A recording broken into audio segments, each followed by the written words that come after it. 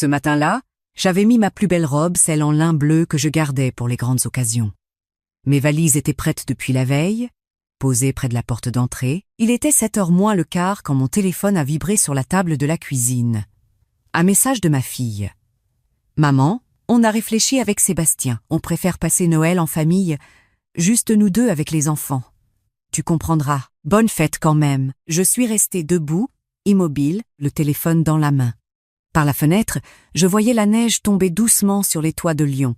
J'avais préparé des cadeaux pour tout le monde depuis des semaines. Un livre illustré pour ma petite fille Emma, un jeu de construction pour Nathan, un foulard en cachemire pour ma fille Isabelle. Tout était enveloppé dans du papier doré, rangé dans un grand sac en tissu que je comptais porter jusqu'à leur maison à Caluire. Mais avant de vous raconter ce qui s'est passé ensuite, abonnez-vous à la chaîne si ce n'est pas encore fait, et dites-moi en commentaire de quelle ville ou quel pays vous regardez cette vidéo. Ça me touche toujours de savoir jusqu'où nos histoires voyagent. Je m'appelle Marguerite. J'ai 63 ans et je vis seule depuis 10 à 7 ans dans un appartement du 6e arrondissement de Lyon, non loin du parc de la Tête d'Or. Mon mari Gérard est mort d'une crise cardiaque à 49 ans, laissant derrière lui une petite entreprise de menuiserie en difficulté et 2 enfants à élever. Isabelle avait 15 ans. Mon fils Clément en avait 12. Pendant des années, j'ai travaillé comme comptable dans un cabinet d'expertise à la Part-Dieu. Je prenais le premier métro le matin et rentrais souvent après 10 à 9 heures. Les soirs où j'arrivais trop tard pour aider Isabelle à réviser, je me sentais coupable. Mais je n'avais pas le choix. Il fallait payer le loyer, les activités extrascolaires, les sorties scolaires, les vêtements, les factures. J'ai élevé mes 2 enfants seuls, sans aide familiale, sans pension suffisante, avec le seul capital que j'avais, la volonté. Quand Isabelle a rencontré Sébastien, j'ai d'abord été soulagée. Elle avait 28 ans, elle semblait heureuse et lui paraissait sérieux. Il travaillait dans l'immobilier commercial, portait des costumes bien coupés et parlait beaucoup parfois. Mais j'ai mis cela sur le compte de la nervosité des premières rencontres. Leur mariage a eu lieu à l'automne, dans un château en Beaujolais. Une belle cérémonie. Pendant le discours de Sébastien, il a remercié longuement ses propres parents, ses amis d'école, ses collègues. Mon nom n'est apparu que dans une phrase, glissée presque par obligation. Et merci également à la maman d'Isabelle, bien sûr. Bien sûr, comme si j'étais une évidence dont on n'avait pas à s'encombrer. J'ai souri. J'ai bu mon verre de champagne. J'ai dansé avec mon fils Clément qui m'avait murmuré à l'oreille. « Tu es la plus belle, maman. » Et j'ai rangé cette petite douleur au fond de moi, là où je rangeais toutes les autres. Les premières années du mariage se sont passées sans incident apparent. Isabelle m'appelait régulièrement, même si les dîners en famille se faisaient plus rares. Sébastien avait toujours une raison plausible. Un déplacement professionnel, des amis à recevoir, un repas déjà prévu avec ses parents à lui. Sa mère, Jacqueline, une femme de Grenoble aux manières lisses et aux opinions tranchées, semblait occuper une place centrale dans leur vie, que je ne comprenais pas tout à fait. Quand Emma est née, j'ai appris la nouvelle par un message groupé envoyé à tous leurs contacts. Jacqueline, elle, avait été présente à la maternité dès le premier jour. On me l'a dit plus tard, sans malice apparente, comme si c'était la chose la plus naturelle du monde. J'ai continué à aider. C'est ce que je savais faire. Quand Sébastien a voulu agrandir son activité et acheter des parts dans une agence immobilière à Villeurbanne, il manquait 45 000 € pour boucler son financement bancaire. C'est Isabelle qui m'a appelée, avec cette voix douce qu'elle prenait quand elle avait besoin de quelque chose. « Maman, tu sais que tu peux nous faire confiance. C'est un investissement sûr. Sébastien rembourse tout dans 3 ans. » J'avais 61 ans. Ces 45 000 € représentaient une grande partie de mon épargne retraite, constituée sou après sou pendant 20 années de travail acharné. J'ai hésité 3 jours, puis j'ai signé le virement. Ils n'ont jamais évoqué le remboursement. Il y a eu aussi le canapé en cuir, dont je leur avais offert la moitié, les vacances à La Baule où j'avais réglé la location du gîte pour tout le monde, les cours de natation d'Emma, que je payais discrètement chaque trimestre. De petites sommes prises individuellement, mais qui, bout à bout, formaient un fleuve que j'avais alimenté pendant des années, sans jamais en voir la rive opposée. Et puis, il y a eu ce message de Noël. Je me suis assise sur ma chaise de cuisine, entourée de mes valises et de mes paquets cadeaux. Dehors, la neige continuait de tomber. J'ai relu le message 3 fois. On préfère passer Noël en famille, juste nous deux avec les enfants. Juste deux. Et leurs enfants. Moi, leur mère, je n'entrais pas dans cette définition de la famille. Ce n'était pas la première fois. Il y avait eu cet anniversaire de Nathan où j'avais été prévenue à la dernière minute que la fête était uniquement pour les amis des enfants. Il y avait eu ce repas de Pâques annulé la veille par un SMS d'Isabelle. « Sébastien n'est pas bien, on reste à la maison. » J'avais appris par Clément qu'ils avaient finalement fêté Pâques chez les parents de Sébastien, à Grenoble. Il y avait eu ces photos sur les réseaux sociaux des réveillons, des pique-niques, des anniversaires où je cherchais mon visage et ne le trouvais pas. Chaque fois, j'avais trouvé une explication raisonnable. Chaque fois, j'avais avalé. Mais là, debout dans ma cuisine le matin du 24 décembre, avec mes valises prêtes et mon manteau posé sur le fauteuil, j'ai compris que les explications raisonnables avaient atteint leurs limites. Le lendemain matin, sans en parler à personne, je suis allée voir mon conseiller à la caisse d'épargne. Monsieur Ferrandi me connaissait depuis 15 ans. Je lui ai demandé d'annuler le virement automatique mensuel que j'effectuais depuis 2 ans sur le compte de Sébastien, une aide que j'avais mise en place discrètement, lorsqu'Isabelle m'avait confié que l'agence traversait une période difficile. 800 € par mois. Monsieur Ferrandi n'a pas dit un mot. Il a simplement tapé sur son clavier et m'a tendu un document à signer. Je suis ensuite allée voir Maître Vernet, notaire rue de la République, celui qui avait géré la succession de Gérard il y a 10 à 7 ans. Je lui ai apporté le relevé de virement des 45 000 €, les échanges de messages où Isabelle mentionnait explicitement le remboursement dans 3 ans maximum et toutes les preuves que j'avais soigneusement conservées, sans jamais me demander pourquoi je les gardais. Maître Vernet a examiné les documents en silence. Puis il a levé les yeux vers moi. « Madame Fontaine, juridiquement, ce virement peut être requalifié en prêt si vous pouvez démontrer l'intention de remboursement. Vos messages constituent un début de preuve sérieux. Et je peux exiger le remboursement? Vous pouvez adresser une mise en demeure. Si le remboursement n'intervient pas dans le délai imparti, vous pouvez saisir le tribunal. » Il a marqué une pause, puis a ajouté doucement. « Êtes-vous certaine de vouloir aller dans cette direction? Les conséquences familiales peuvent être importantes. » Je l'ai regardé droit dans les yeux. « Maître, j'ai mis 20 ans à comprendre que protéger ma dignité, ce n'est pas aller contre ma famille.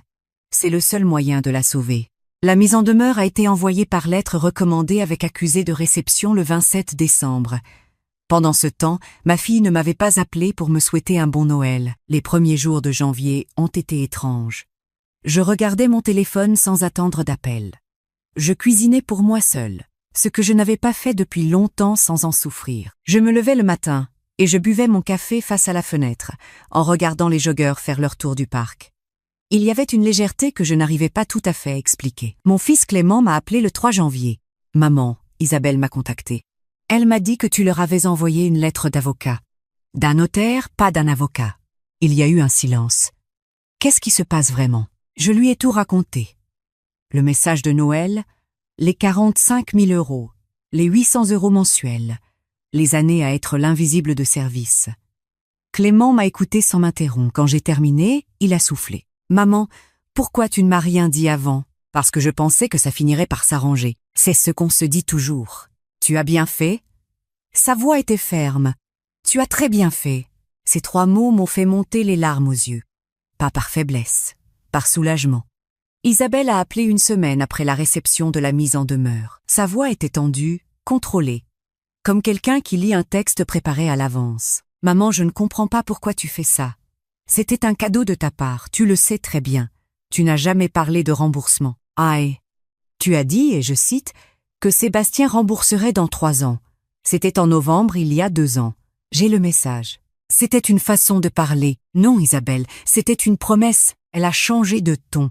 Tu veux vraiment nous mettre dans une situation impossible? Sébastien se démène pour faire tourner l'agence. J'élève 2 enfants. Et toi, tu nous réclames de l'argent à Noël? Je me suis souvenu de tous les Noëls où j'avais fait tourner notre maison seule, sans que personne ne se demande comment je m'en sortais. J'ai répondu très calmement. Ce n'est pas à Noël que je te réclame quoi que ce soit, c'est maintenant. Et ce que je réclame, c'est ce qui m'appartient. Elle a raccroché. Les semaines suivantes ont révélé ce que je n'avais pas voulu voir pendant des années. Maître Vernet m'a informé que le conseil de Sébastien avait répondu à la mise en demeure en contestant la qualification de prêt. Il maintiendrait que les virements étaient des donations volontaires, sans contrepartie attendue. Mais Maître Vernet avait retrouvé, dans les échanges que j'avais conservés, plusieurs messages d'Isabelle qui mentionnaient explicitement la notion de remboursement, dont un où elle écrivait « Sébastien dit que dès que l'agence est stabilisée, tu seras la première remboursée, c'est sa priorité. » Priorité.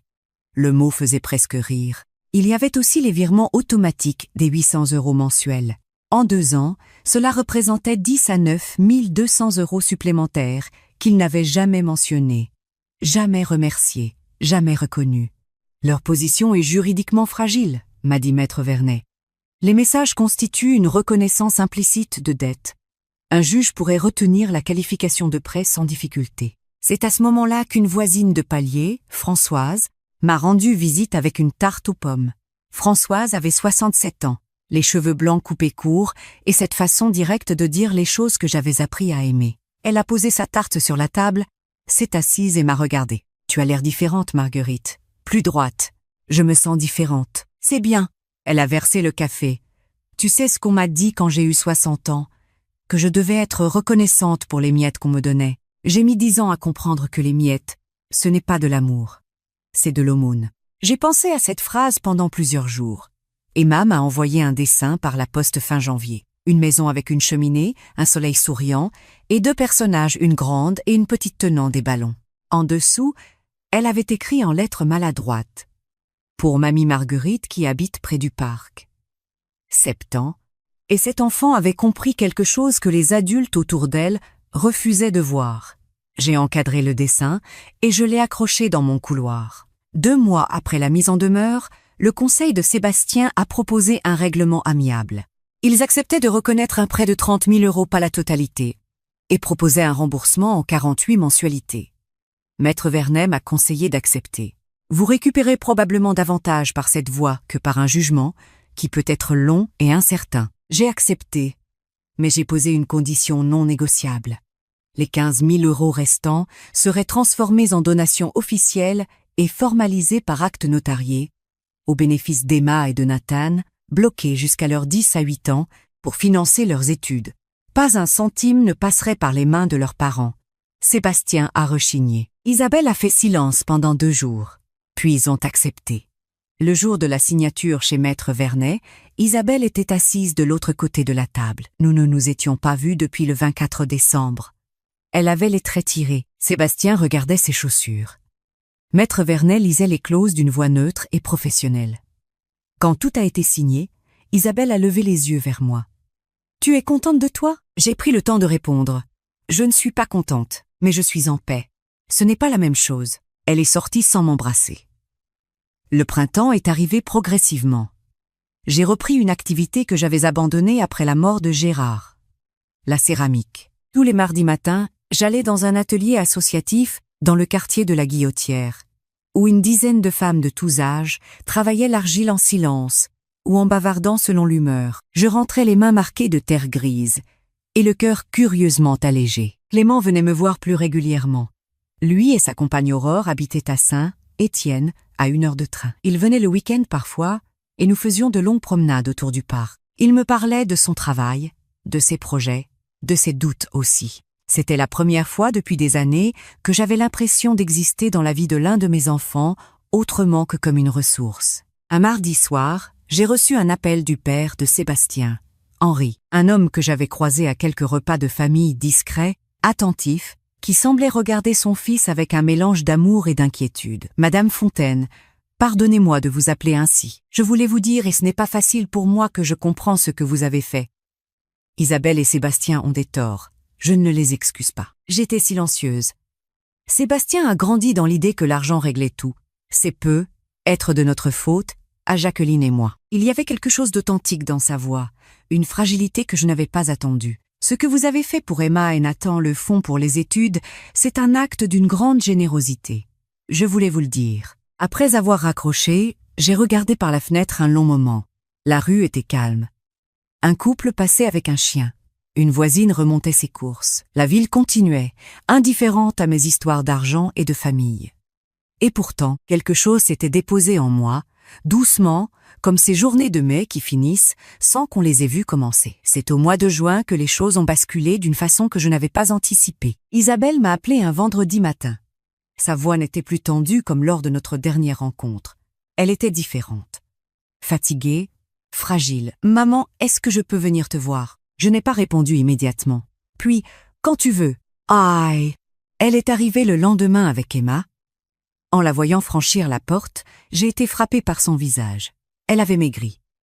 Elle portait des cernes que le fond de teint ne cachait plus tout à fait. Emma s'est précipitée vers moi. « Mamie !» Je l'ai prise dans mes bras et j'ai senti son odeur de shampooing aux fraises.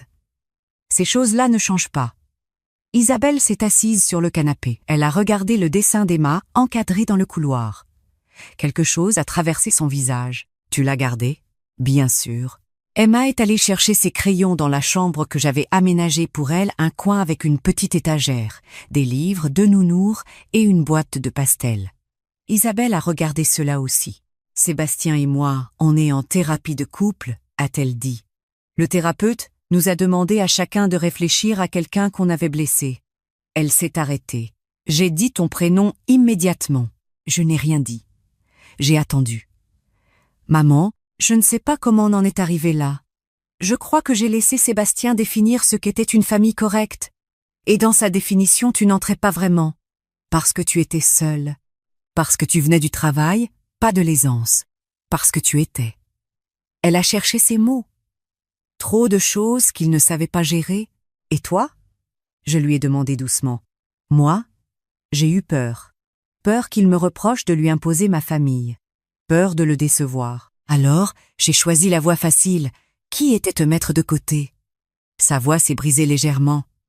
Le message de Noël, c'est lui qui l'avait rédigé, mais c'est moi qui l'ai envoyé. Et c'est de ma faute. Je regardais ma fille.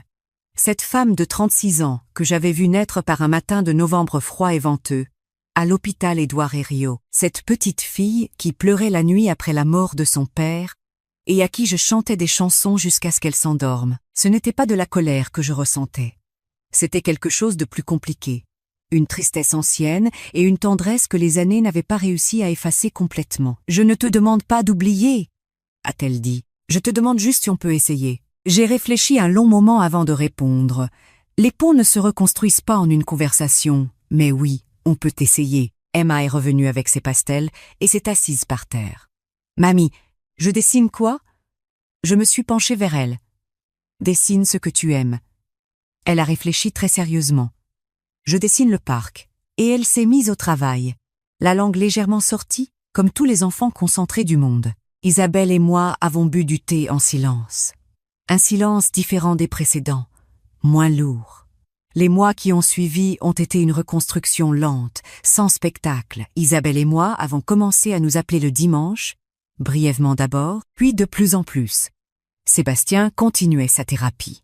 Les remboursements mensuels arrivaient avec une régularité que Maître Vernet qualifiait de « bonne foi retrouvée ». Je ne savais pas si c'était de la bonne foi ou de la discipline imposée par un accord juridique.